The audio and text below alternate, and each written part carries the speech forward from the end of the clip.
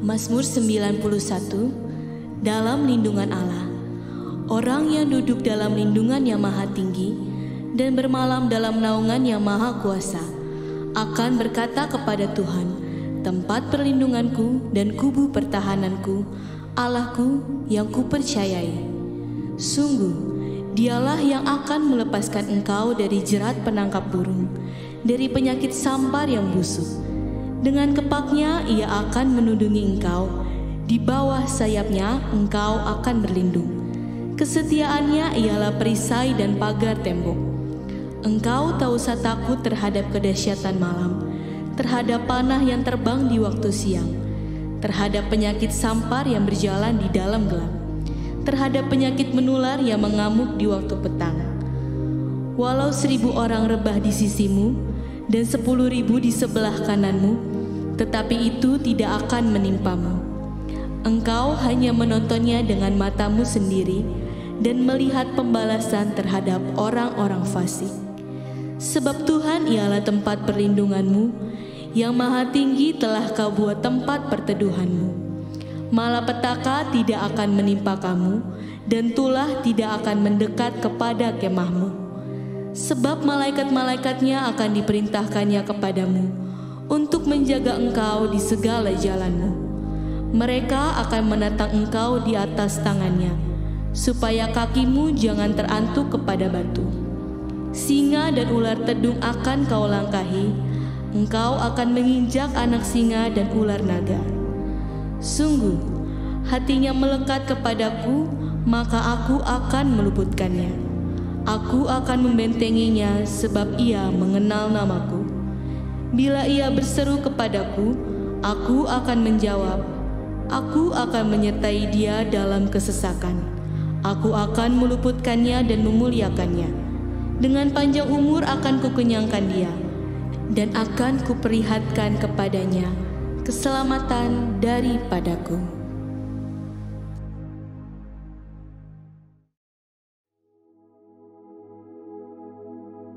Halo, shalom semuanya.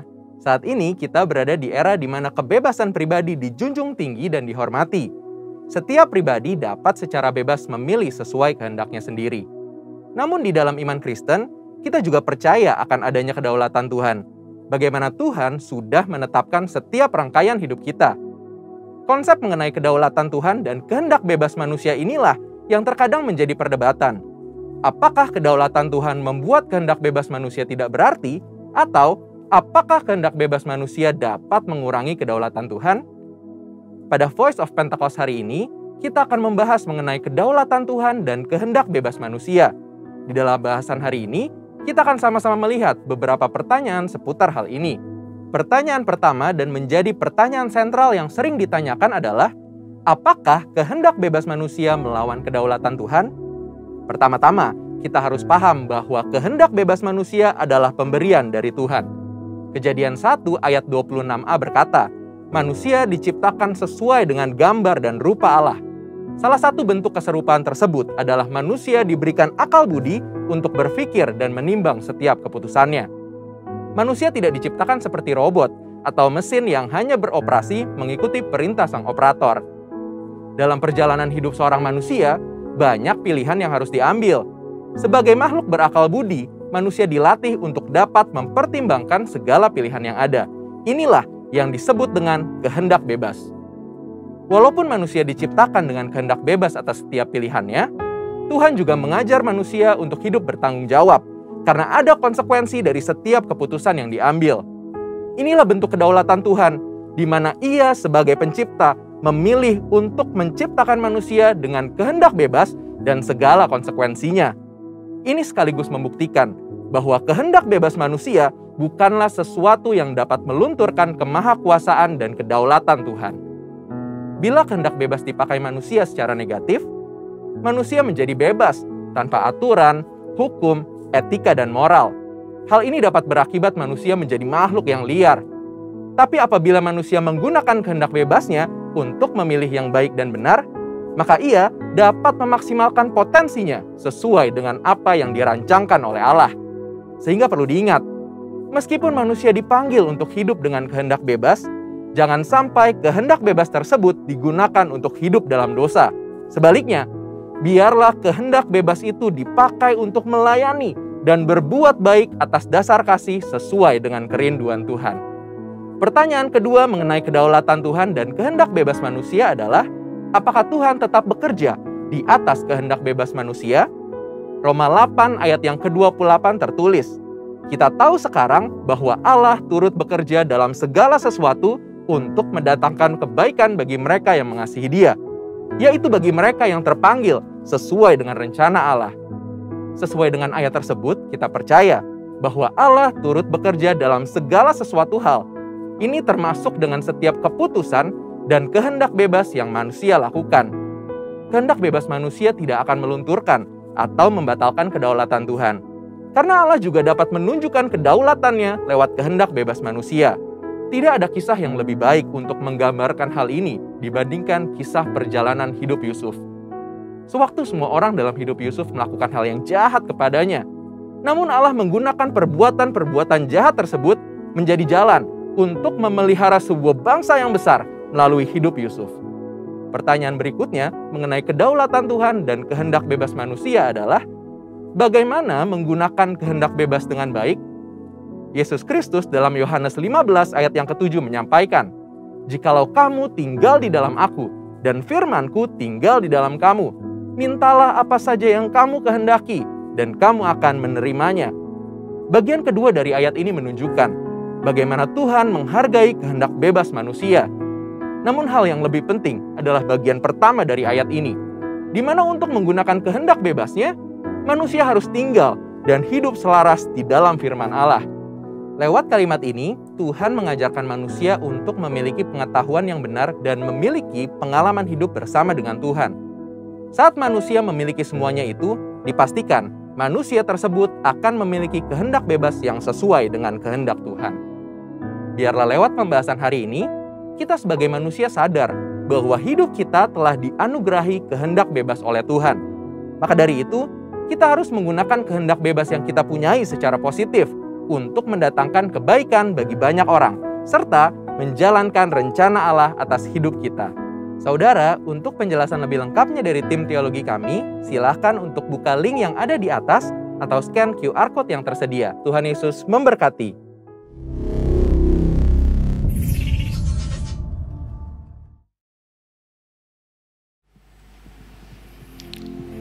Puji nama Tuhan. Shalom, saudara kasih dalam Yesus. Shalom. Saya boleh melihat tangan-tangan terangkat orang-orang yang diberkati, yang disertai Tuhan. Kita berikan kemuliaan bagi Tuhan kita yang luar biasa. Haleluya. Biarlah sore hari ini kita datang dengan membawa korban pujian. Kita datang dengan membawa korban ucapan syukur. Keadaan boleh tidak baik, tetapi paradigma yang baru berkata, kita akan berlari menuju ke tujuan kita, tidak mengingat yang di belakang. Kita tidak akan pernah menyerah bersama Tuhan. Amin. Yang mau terus beserta Tuhan sampai akhir hidupmu, boleh lambaikan tangan. Mari angkat tanganmu, sembah Dia, sembah Dia. Oh,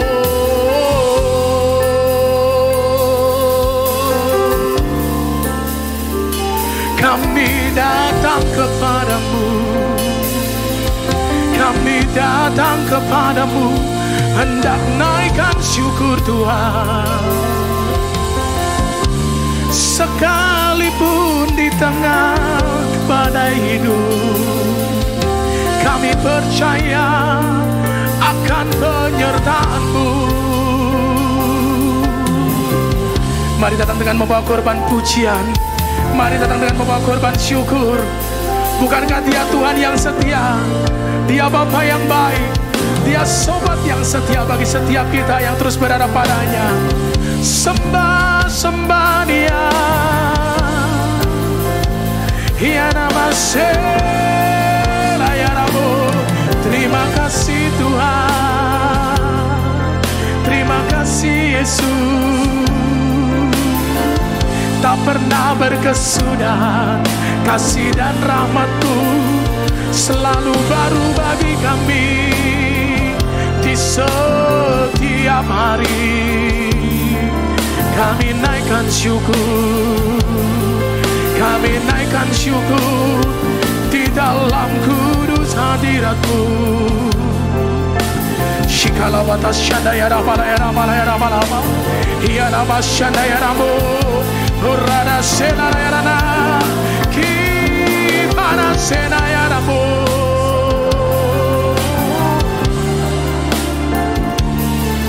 Urabada Shakara Balabalabada Shakara Rabalaya Rabalaya Rabalaya. Terima kasih Tuhan, terima kasih. Kami percaya hadirat-Mu yang kuat sore hari ini mencengkram setiap kami. Biarlah kami berkata tidak mau menyerah buat segala yang terjadi dalam hidup kami. Sebab kami percaya Engkau Tuhan yang menyertai kami. Engkau Immanuel, Allah yang bersama kita. Terima kasih Yesus, terima kasih. Shikarabata Shakarayarabaraba. Ku tak akan menyerah pada apapun juga, sebelum ku coba semua yang ku bisa, tetapi ku berserah kepada kehendak-Mu. Hatiku percaya Tuhan punya rencana. Mari kita berikan kemuliaan bagi Tuhan kita yang dahsyat. Kami percaya buat rencana indah-Mu dalam hidup kami Tuhan. Mari bersama katakan, dalam segala perkara Tuhan punya rencana yang lebih besar dari semua yang terpikirkan. Apapun yang kau berbuat, tak ada maksud jahat. Sebab itu ku lakukan semua dengan-Mu Tuhan.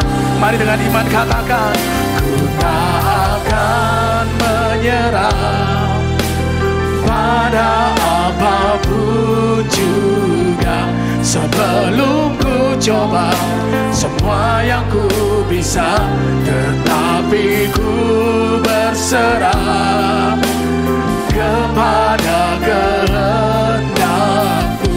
Hatiku percaya Tuhan punya rencana. Ku tak akan menyerah pada apapun juga, sebelum ku coba semua yang ku bisa, tetapi ku berserah kepada kehendak-Mu. Hatiku percaya Tuhan punya rencana. Katakan, ku tak akan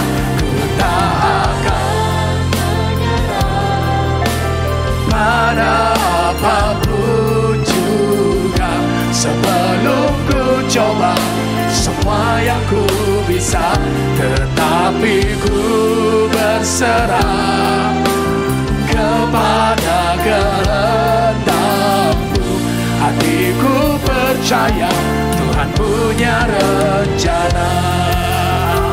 Mari cepat bersama pemuji angkat pujian ini. Haleluya. Terima kasih Tuhan. Mari bersama katakan, dalam segala. Mari cepat bersama pemuji angkat suaramu. Engkau Tuhan yang bekerja mendatangkan kebaikan.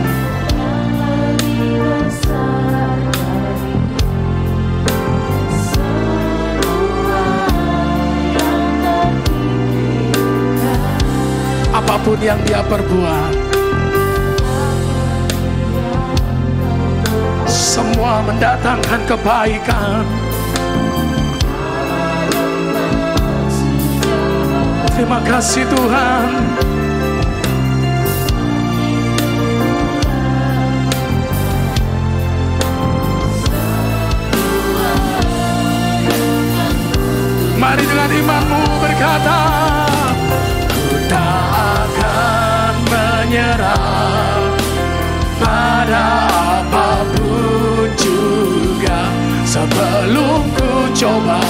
semua yang ku bisa, tetapi ku berserah kepada kehendak-Mu. Hatiku percaya Tuhan punya rencana. Dengan iman katakan, ku tak akan menyerah sebelum ku coba semua yang ku bisa, tetapi ku berserah kepada kehendak-Mu. Hatiku percaya Tuhan punya. Ini janji kami Tuhan, ku tak akan menyerah pada apa-Mu. Semua yang ku bisa, tetapi ku berserah kepada kehendak-Mu. Hatiku percaya Tuhan punya rencana. Mari dengan segenap iman, ini yang akan kami lakukan Tuhan. Ku tak akan menyerah pada apapun juga, sebelum ku coba semua yang ku bisa, tetapi ku berserah kepada kehendak-Mu. Hatiku percaya Tuhan punya rencana. Dengan segenap hati, ku tak akan menyerah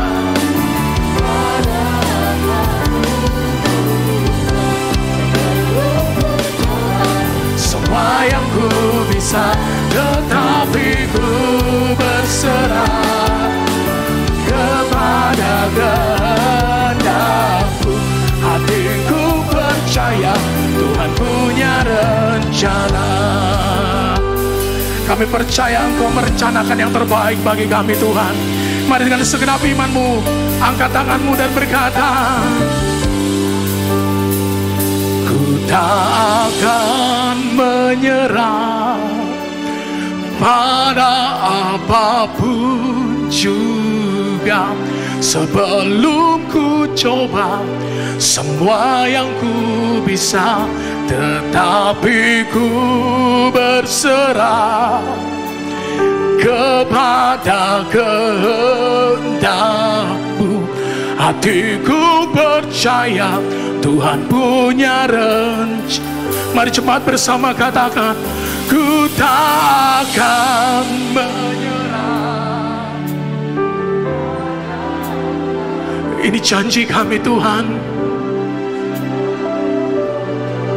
Biarlah kami memiliki paradigma yang baru, tetapi kehendak Tuhan yang jadi.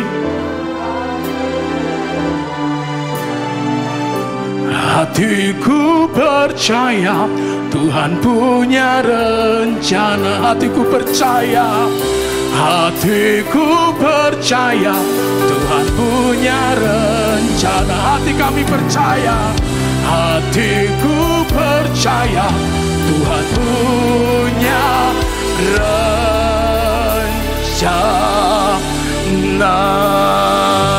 Yang percaya rencana Tuhan yang terbaik dalam hidupmu, mari berikan kemuliaan. Mari sembah Dia dengan iman percayamu. Oh haleluya. Tak pernah ku ragukan Tuhan.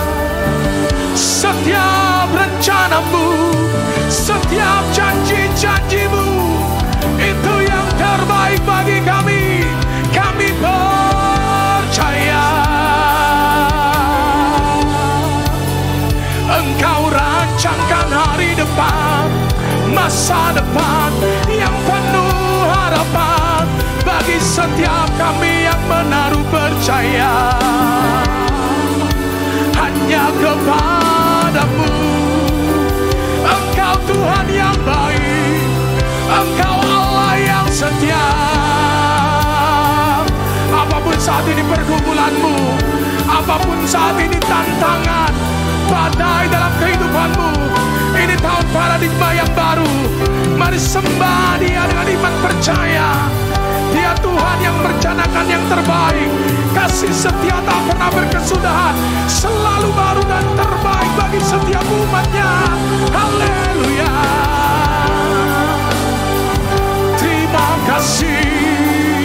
Terima kasih, kami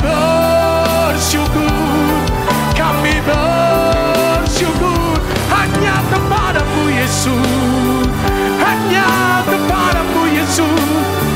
Kami taruh segala pengharapan, segala permohonan hanya di tangan-Mu Allah yang setia. Ya nama Syanda ya Ramo, ya nama Sena ya Rana, Kina Sena ya Ramo. Haleluya.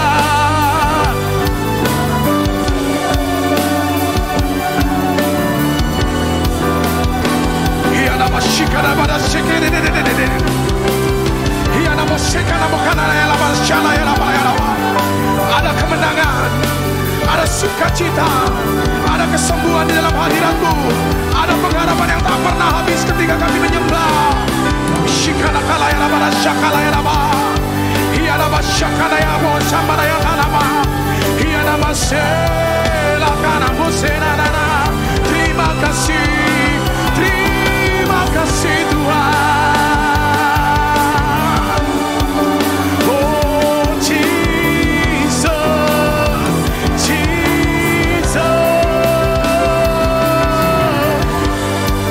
ku sembah Kau Tuhan, ku sembah Kau Yesus. Iya nama Shakana ya nama, Iya nama Shakana ya nama. Jangan pernah berhenti berharap, jangan pernah berhenti berharap padanya, dan jangan pernah berhenti menyembah. Terus percaya, menaruh segala hal di tangan Tuhan. Dia Tuhan yang bekerja mendatangkan kebaikan, kasih dan setianya tak pernah habis dalam hidupmu.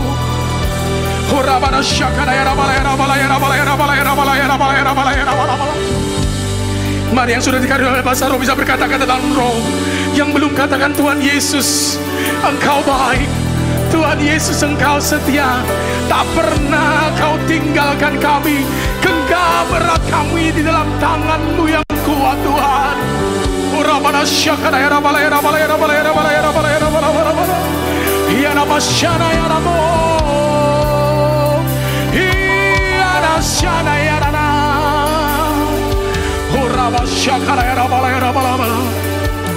Biarlah kami akan selalu kagum dan hormat akan Engkau, Tuhan.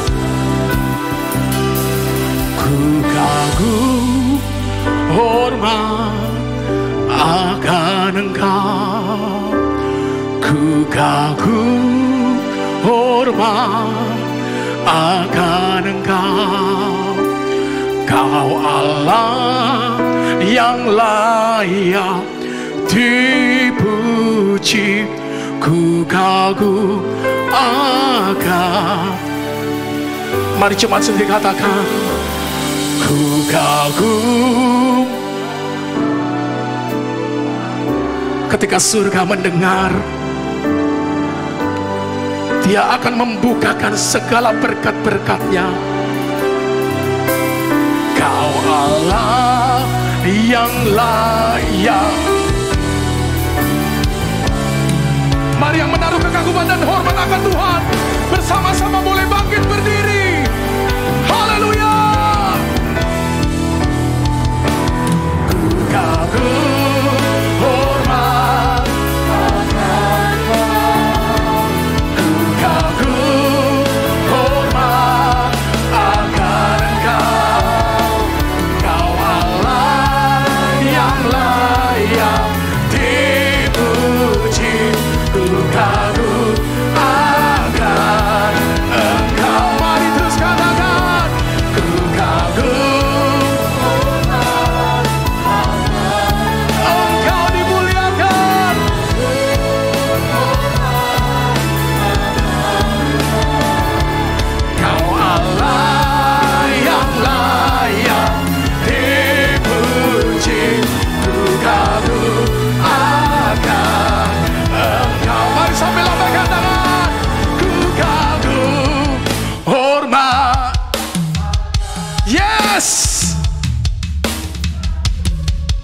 hormat akan Engkau. Kau Allah yang layak dipuji, ku kagum. Mari sekali lagi kita berikan kemuliaan bagi Dia. Haleluya. Ku kagum hormat akan Engkau. Ku kagum hormat akan Engkau. Kau Allah yang layak dipuji, ku kagum akan Engkau. Allah yang layak dipuji. Kau Allah yang layak dipuji, ku kagum akan Engkau. Kau Allah yang layak dipuji, ku kagum akan Engkau. Yang menaruh kekaguman hormat, segala pujian bagi Tuhan. Sorangan haleluya. Haleluya. Ada kemenangan, kesembuhan, sukacita, sebab kami imamat rajani Tuhan yang menyertai kita. Hanya di dalam nama Tuhan Yesus yang bersukacita. Katakan, mari sekali lagi katakan, berikan kemuliaan. Mari para imamat rajani lebih dahsyat lagi bagi Tuhan kita. Haleluya. Kita percaya kita imamat rajani. Amin.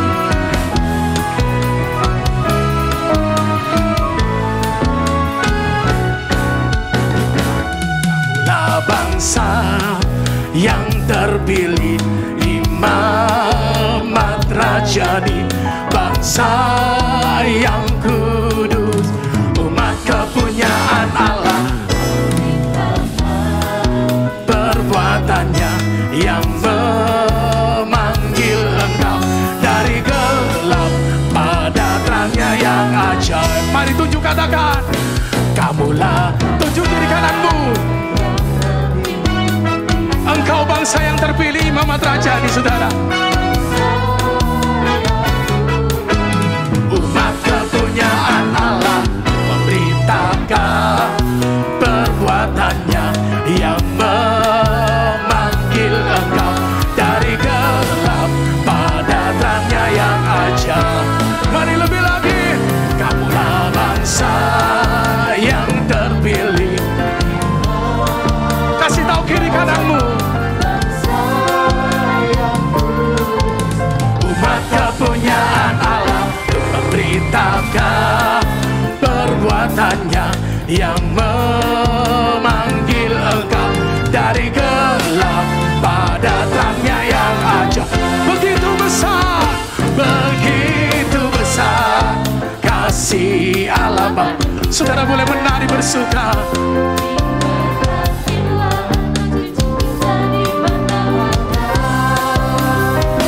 Tuhan mengubah miskin dan menjadikan kaya. Dia merendahkan dan meninggikan juga. Mari dengan iman katakan, berbahagialah.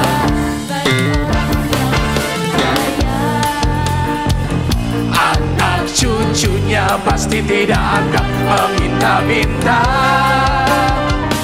karena Allah menggenapi firman-Nya. Yes, tiada yang mustahil bagi orang Mari lebih lagi katakan, begitu besar. Surga rindu mendengarkan suara jemaat Arme 3. Amin. Tuhan mengubah miskin dan menjadikan kaya. Amin, amin.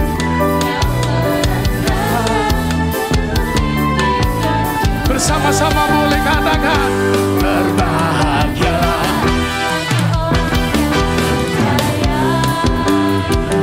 Anak cucunya pasti tidak akan meminta-minta,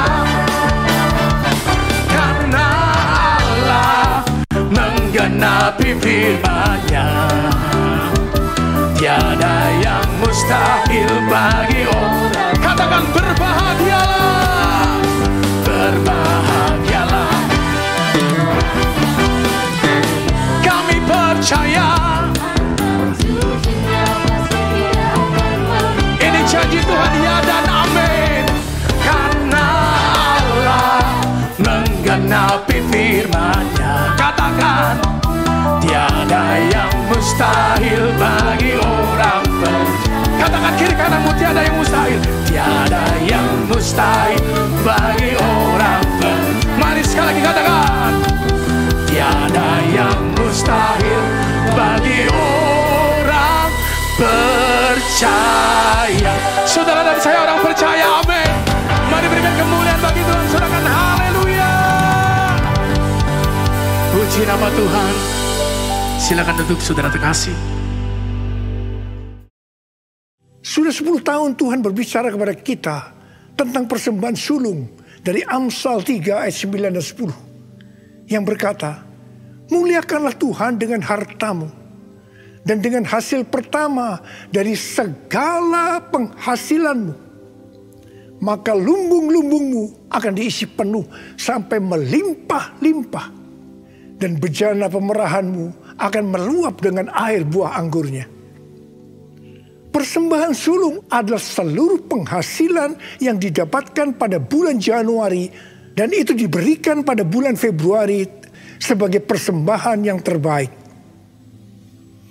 Mengenai memberikan persembahan dari seluruh penghasilan, Tuhan Yesus pernah menyinggung tentang persembahan seorang janda miskin di dalam Markus 12 ayat 41 sampai 44. Pada suatu kali Yesus menghadapi peti persembahan dan memperhatikan bagaimana orang banyak memasukkan uang ke dalam peti itu.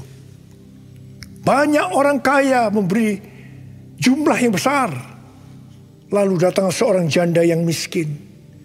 Ia memasukkan 2 peser, yaitu 1 duit.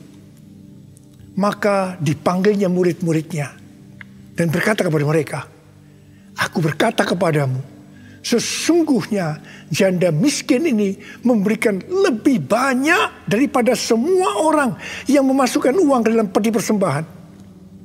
Sebab mereka semua memberi dari kelimpahannya. Tetapi janda ini memberi dari kekurangannya, yaitu semua yang ada padanya, yaitu seluruh nafkahnya. Di sini Tuhan Yesus tidak melihat besarnya jumlah persembahan, tetapi melihat berapa persen dari penghasilannya yang dipersembahkan. Meskipun persembahan janda miskin jumlahnya relatif kecil dibandingkan persembahan orang-orang kaya tadi, tetapi Tuhan Yesus berkata, janda miskin ini memberikan lebih banyak dibanding semua orang kaya itu. Karena yang diberikan itu adalah seluruh nafkahnya, yaitu seluruh yang dia punya. Ini adalah persembahan yang terbaik.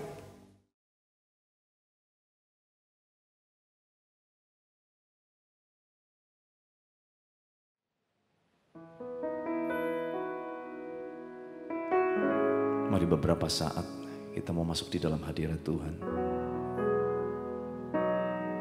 Kita mau bawa penyembahan kita sama Tuhan. Yang dulu tak ku mengerti, sekarang kau buat mengerti.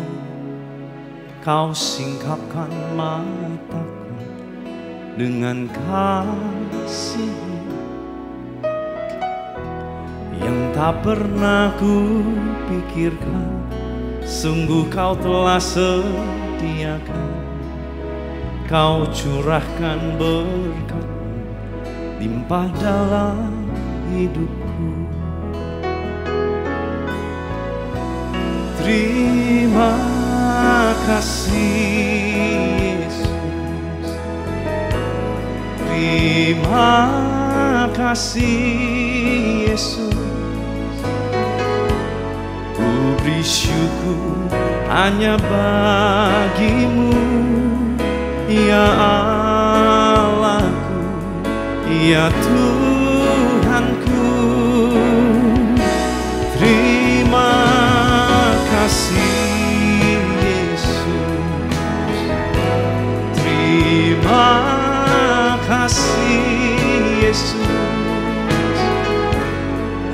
beri syukur hanya bagimu.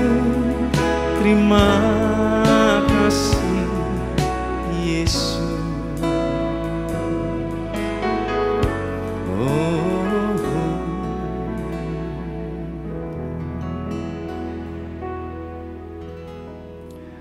Shalom jemaat Sukawarna yang saya kasihi di dalam Kristus Yesus Tuhan kita. Hari ini kita akan sama-sama belajar satu firman Tuhan yang saya beri judul adalah How to Handle Anxiety. Bagaimana kita dapat menghadapi masalah kecemasan.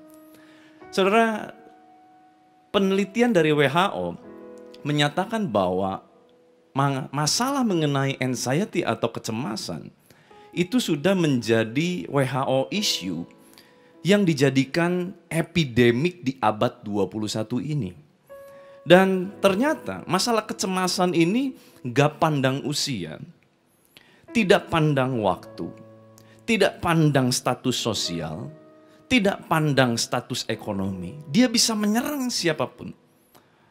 Jadi mau orang mungkin kita berpikir, wah dia hidupnya enak, dia hidupnya penuh dengan kekayaan, limpah harta dan asetnya. Kok bisa sih ngalami namanya gejala kecemasan, kekhawatiran yang berlebihan? Oh bisa, saudara.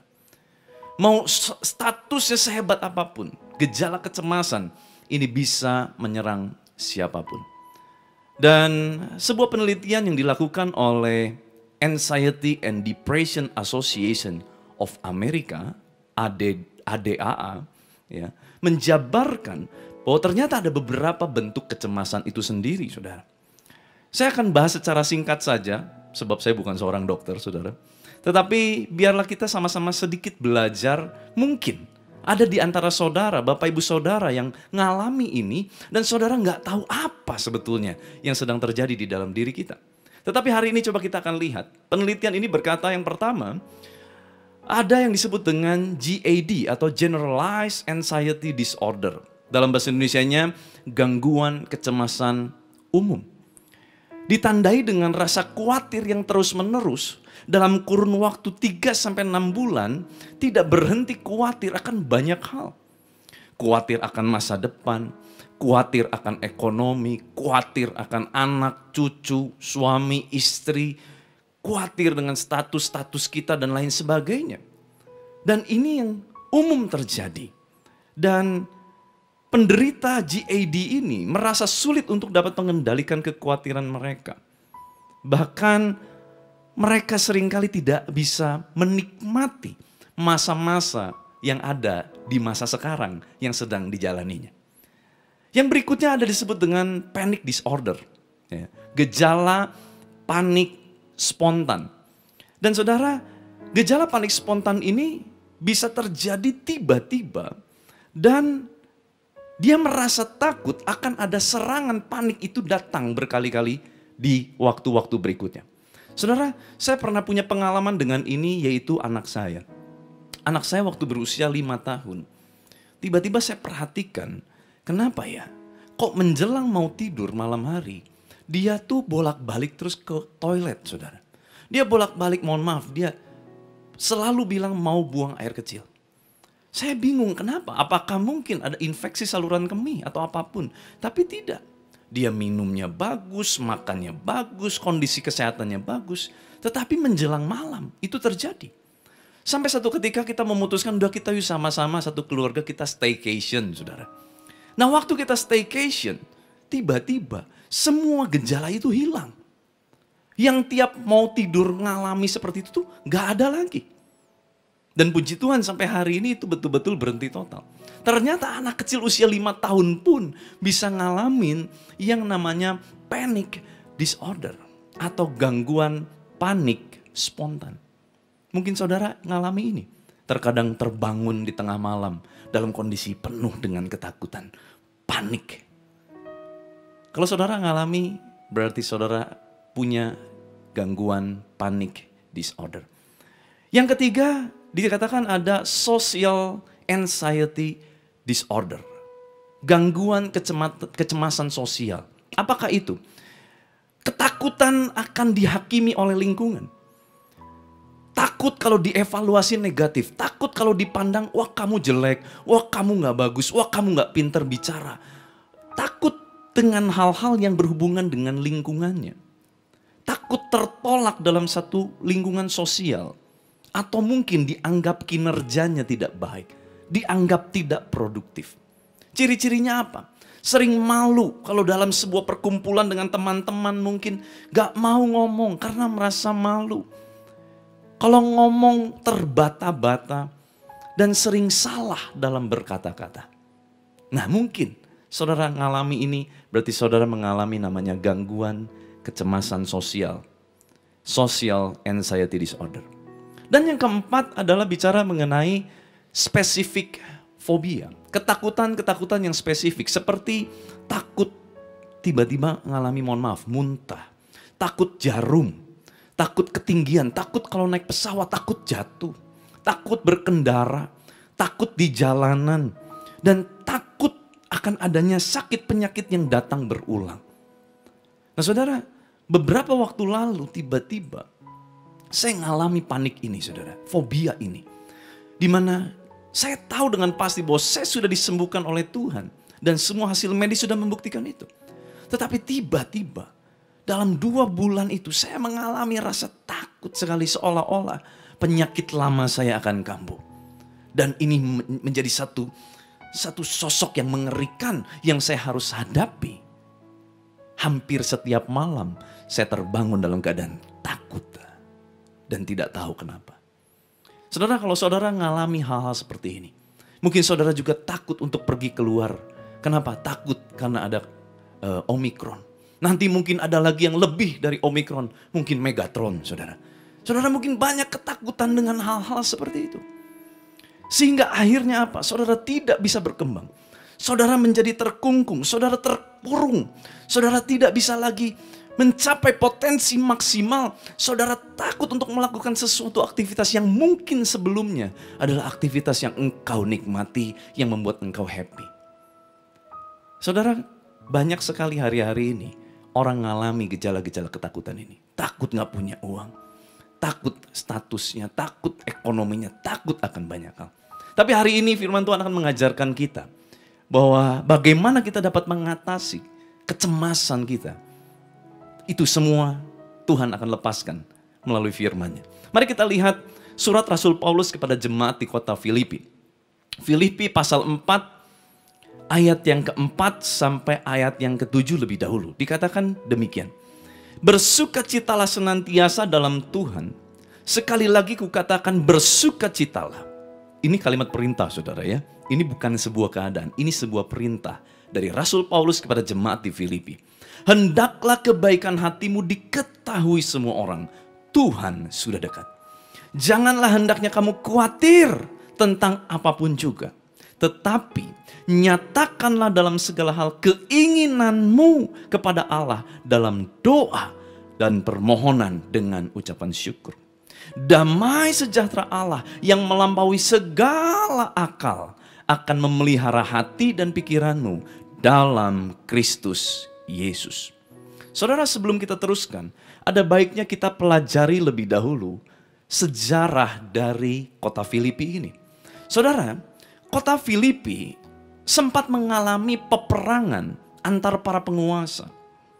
Jadi ada elit-elit penguasa yang berperang untuk memperebutkan wilayah dan kekuasaan itu.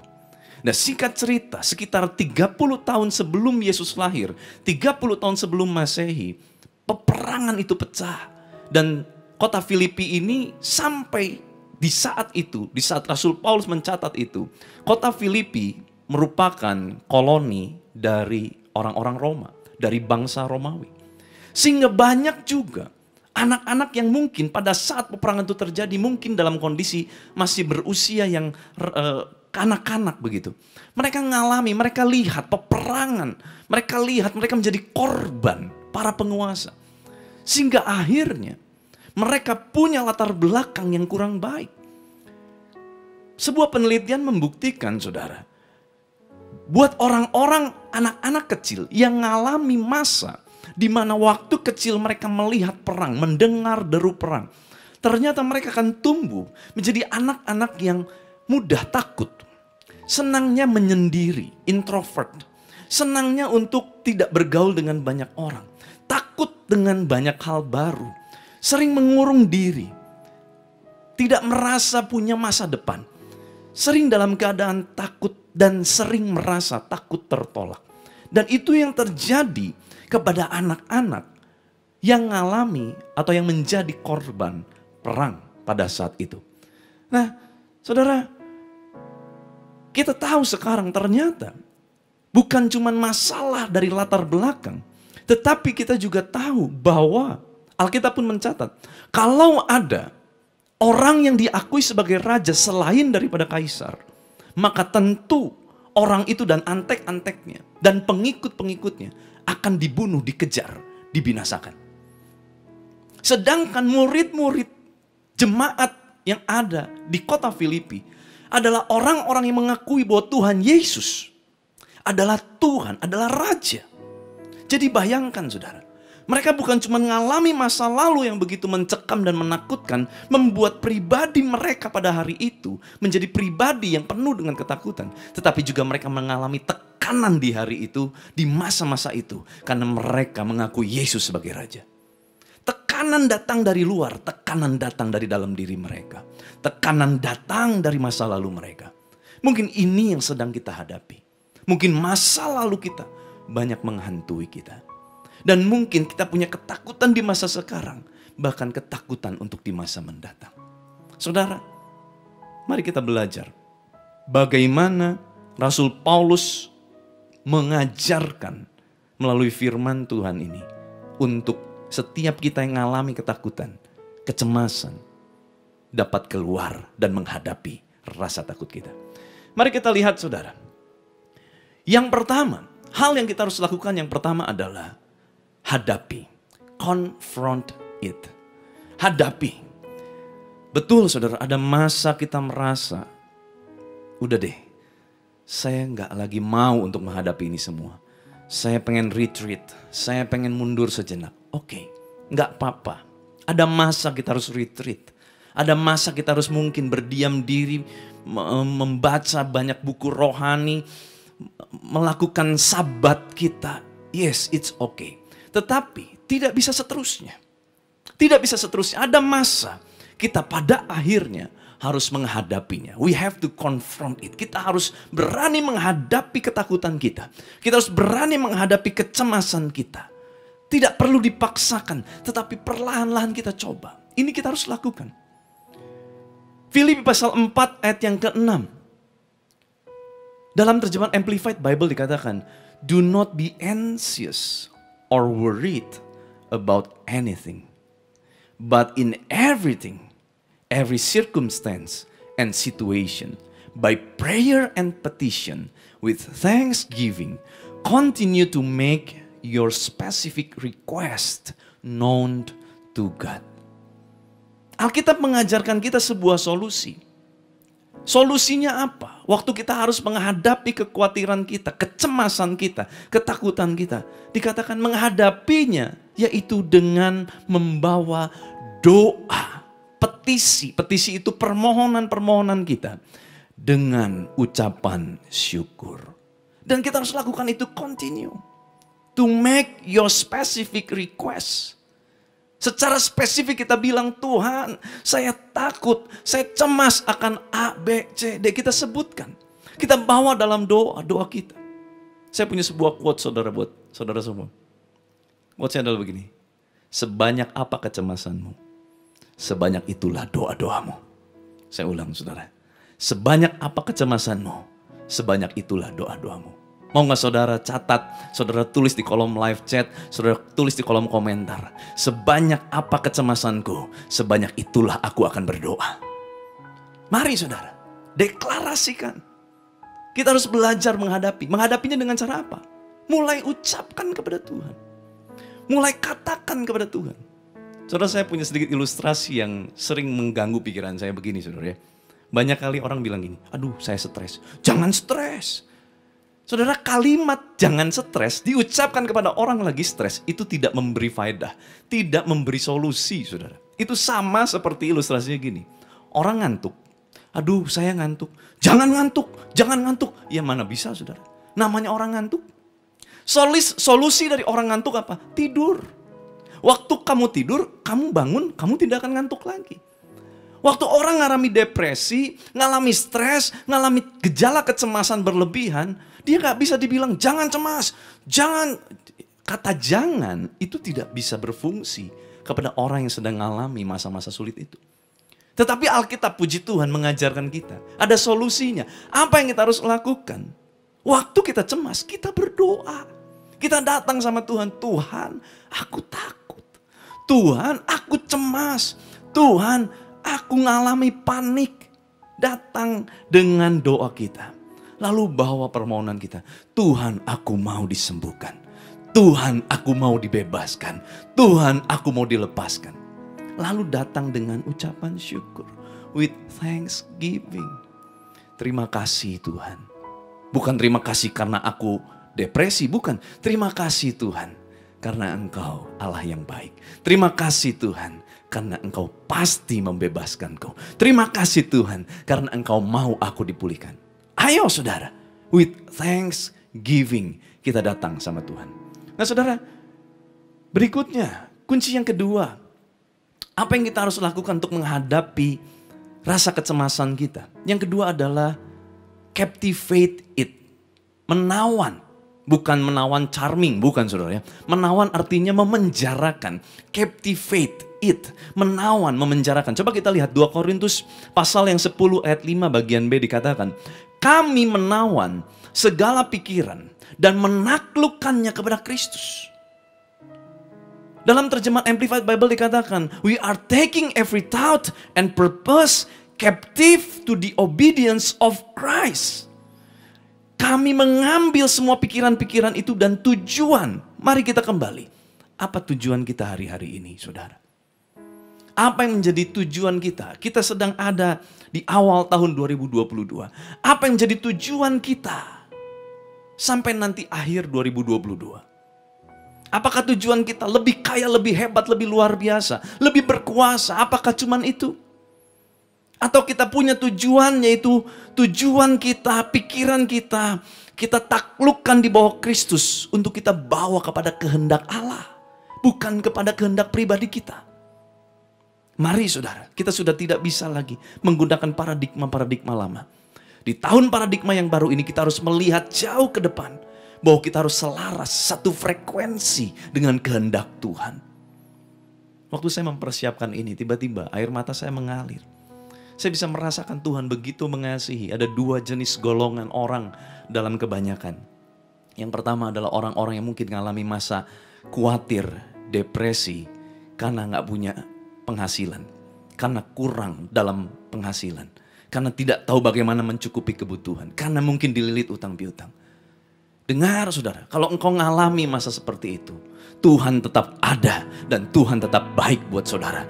Dulu, sekarang, sampai selamanya. Kalau Tuhan dulu pernah tolong Anda dan saya, hari ini Tuhan akan tolong lagi. Besok Tuhan tolong lagi. Lusa Tuhan akan tolong lagi. Tahun demi tahun Tuhan akan tolong lagi. Dan untuk saudara yang mungkin penuh dengan kelimpahan, saudara tidak punya masalah untuk mencukupkan kebutuhan saudara.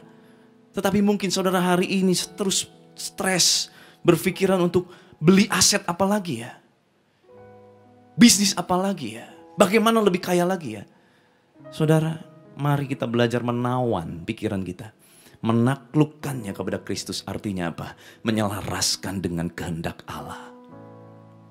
Mari berhenti menggunakan cara-cara dunia, tetapi berfokuslah kepada kehendak Allah. Saudara, ini yang saya selalu perkatakan waktu saya mengalami takut dan khawatir. Saya selalu perkatakan Mazmur 116 ayat 7. Dikatakan, kembalilah tenang hai jiwaku, sebab Tuhan telah berbuat baik kepadamu. Mari saudara perkatakan. Saudara boleh tulis di kolom chat, di kolom live chat, di kolom komentar. Kembalilah tenang hai jiwaku, sebab Tuhan telah berbuat baik kepadaku. Ayo saudara, perkatakan dengan iman, kita deklarasikan.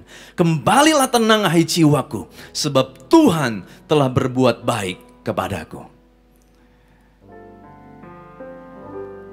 Lebih dari segalanya, ku berharap padamu. lebih dari para penjaga, mengharap fajar pagi. Begitu rindu hatiku berada dekatmu. Alangkah dalam kasih-Mu memenuhi hidupku. Tenanglah jiwaku dalam naungan sayap-Mu, menembus awan kelabu, pandang kemuliaan-Mu. Selalu ku rindu lekat dalam hati-Mu, mengikuti rencana-Mu, Yesus Tuhan Rajaku. Perkatakan kepada diri kita, kembalilah tenang hai jiwaku, sebab Tuhan akan berbuat baik lagi kepadamu. Nah, kunci yang ketiga, saudara, setelah itu semua kita lakukan, ternyata perjuangan kita belum berakhir. Perjuangan kita masih ada. Besok lusa, mungkin kita bisa mengatasi kecemasan kita. Tetapi mungkin 1 minggu, 2 minggu dari sekarang, mungkin tahun depan, 2-3 tahun dari sekarang, kecemasan itu datang lagi. Kita harus, yang ketiga adalah carry on. Teruskan. Bukan teruskan kecemasannya, saudara. Tapi kita meneruskan usaha-usaha kita untuk kita bisa handle kita punya kecemasan. Kita harus teruskan gaya hidup yang baik untuk bisa menghandle kecemasan kita. Lakukan lagi, dan lagi. Saya mengikuti podcastnya Pastor Craig Groeschel, saudara, dan saya sangat diberkati oleh beliau. Dalam podcastnya, beliau mewawancara seorang wanita karir yang sukses dan juga seorang hamba Tuhan. Nah, waktu saya mendengar kisah dari wanita ini, saya terkejut. Kenapa? Dia adalah CEO yang sukses, tetapi latar belakang hidupnya, dalam satu peristiwa, dalam sebuah kecelakaan, tiba-tiba ada sekitar 3 atau 4 orang dari keluarganya, itu tiba-tiba meninggal dalam sebuah kecelakaan. Dan dia tiba-tiba menjadi seorang diri. Dia penuh dengan ketakutan, dia penuh dengan masa lalu yang buruk, yang menghantui pikirannya. Tetapi sekarang dia sudah sukses. Dia sekarang sudah berusia 50 lebih. Dia sudah sukses. 25 tahun, 30 tahun dia hadapi masa-masa itu. Dan sekarang dia udah menjadi wanita karir yang sukses dan diakui. Tetapi satu kata yang menarik sekali, dia bilang begini. Sampai hari ini saya terus memperkatakan bahwa saya sudah disembuhkan. Saya sudah dibebaskan. Saya sudah dilepaskan oleh kuasa Tuhan. Dia terus memperkatakan sekalipun dia sudah sukses. Sekalipun mungkin dianggapan oleh orang dia sudah berhasil menaklukkan kecemasan, kekhawatirannya. Tetapi ternyata sampai hari itu juga dia masih terus memperkatakan kepada dirinya.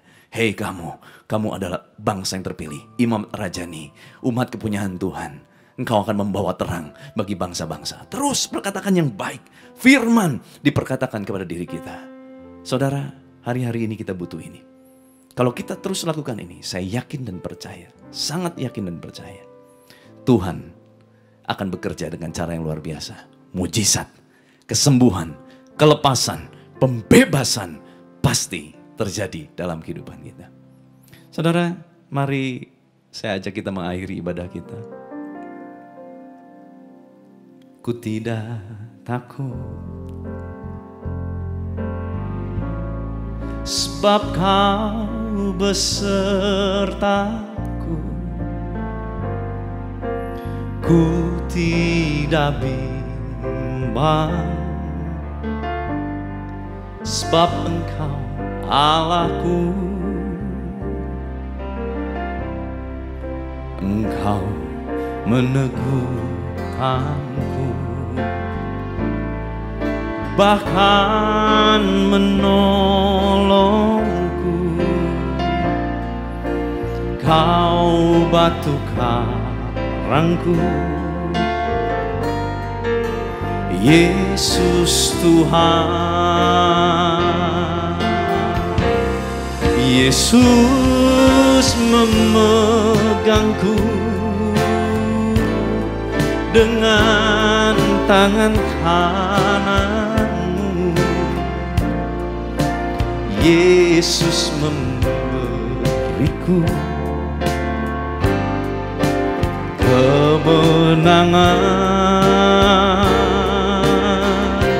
Yesus memegangku dengan tangan kanan. Yesus memberiku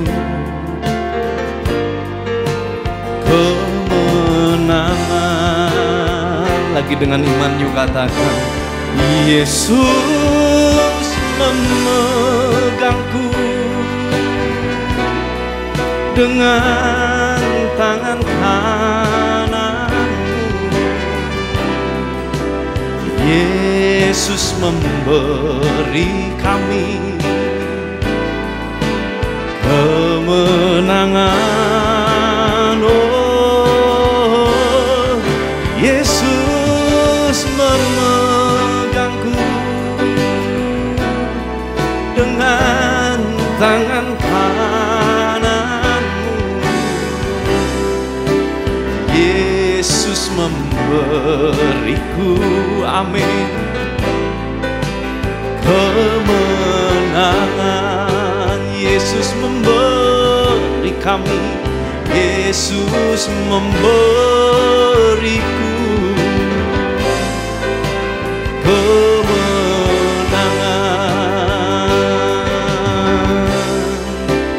Yesus memberiku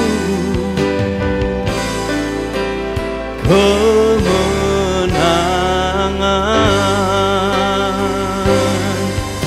Amin. Hamba-Mu selesai menyampaikan apa yang menjadi isi hati-Mu Tuhan, tetapi Engkau yang belum selesai. Engkau akan memberikan pertumbuhan hari lepas hari kepada setiap umat-Mu. Saat ini Tuhan, Engkau lihat setiap hati yang terangkat kepadamu.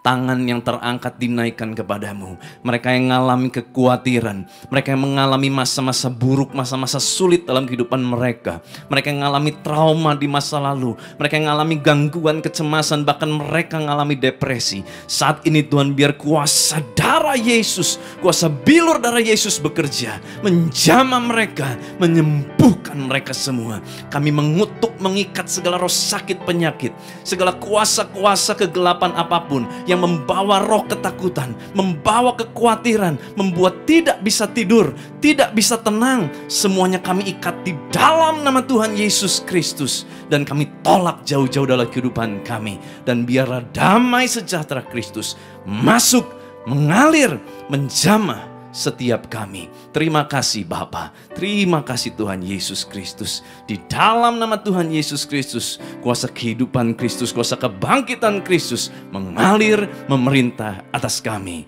Di dalam nama Tuhan Yesus, haleluya. Ayo kita sebelum memberi, ayo kita berdoa terlebih dahulu. Tuhan, kami bersyukur Tuhan buat firman Tuhan yang disampaikan, boleh menjadi berkat, boleh memberikan sebuah paradigma yang baru dalam kehidupan kami. Dan kami percaya biar kami menjadi orang yang taat, kami orang setia, kami orang yang berintegritas di tengah perjalanan kehidupan kami, baik di dalam pekerjaan kami, baik di dalam rumah tangga kami, baik di dalam pelayanan kami.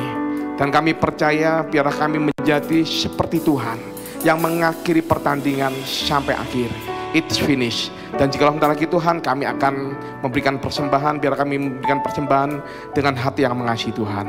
Di dalam nama Tuhan Yesus kami berdoa dan kami siap memberi.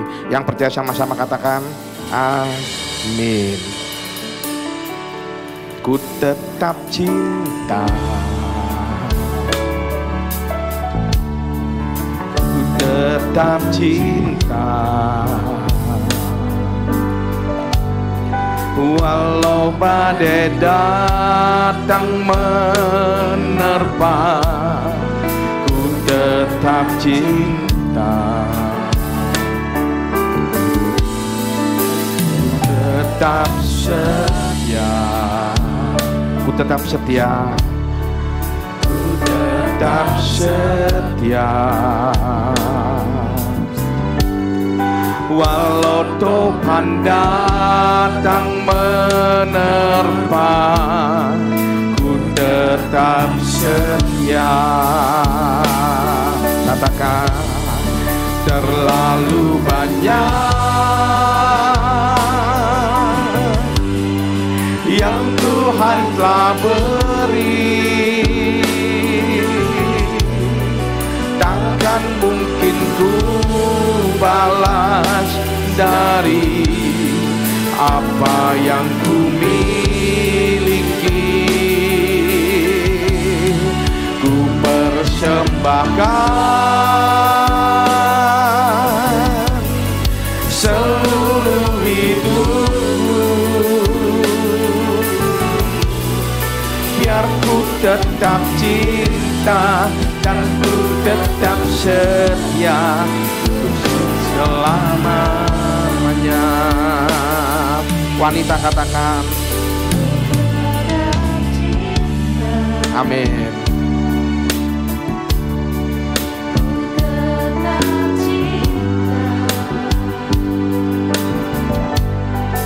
Walau badai datang menerpa,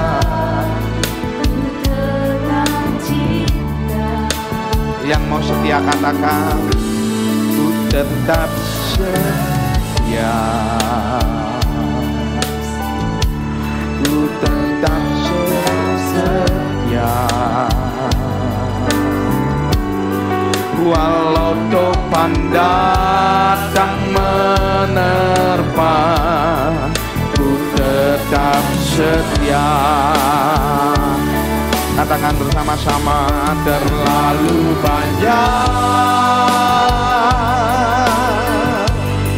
yang Tuhan telah beri, takkan mungkin ku balas dari apa yang ku miliki. Ku persembahkan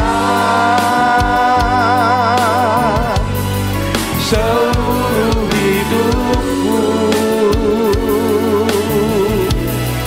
biar ku tetap cinta dan ku tetap setia selama-lamanya. Mari saya undang Cimandu bagi berdiri, katakan banyak yang Tuhan telah beri, takkan mungkin ku balas dari apa yang ku miliki. Ku persembahkan seluruh hidupku, dan ku tetap cinta dan ku tetap setia selama-lamanya. Biar ku tetap cinta dan ku tetap setia selama-lamanya. Biar ku tetap cinta dan ku tetap setia hidup selama-lamanya. Yang mau setia berikan kemuliaan buat Tuhan kita, katakan haleluya. Ya, mari kita katakan, kiranya Engkau memberkati aku berlimpah-limpah dan memperluas daerahku, dan pikiran menyertai aku dan melindungi aku daripada malapetaka, sehingga kesakitan tidak menimpa aku. Kami percaya Engkau menjawab doa kami. Ku percaya Engkau menjawab doaku. Yang percaya sama-sama katakan amin. Mari kita berikan kemuliaan buat Tuhan kita. Haleluya. Terima kasih Tuhan, terima kasih. Saudara siapkan hati saudara, buka tangan saudara, buka hati saudara arahkan pada Tuhan. Sekarang terimalah berkat kasih karunia berlimpah daripada Allah Bapa melalui Anak Tunggal, persekutuan yang indah dan manis dengan Roh Kudus yang menyertai kita dari hari ini sampai Maranatha. Tuhan Yesus datang untuk kalinya menjemput kita di anak permainan, bahkan sampai selama-lamanya. Terima dengan iman, sama-sama katakan amin. Tuhan Yesus memberkati saudara berlimpah-limpah. Selamat hari Minggu.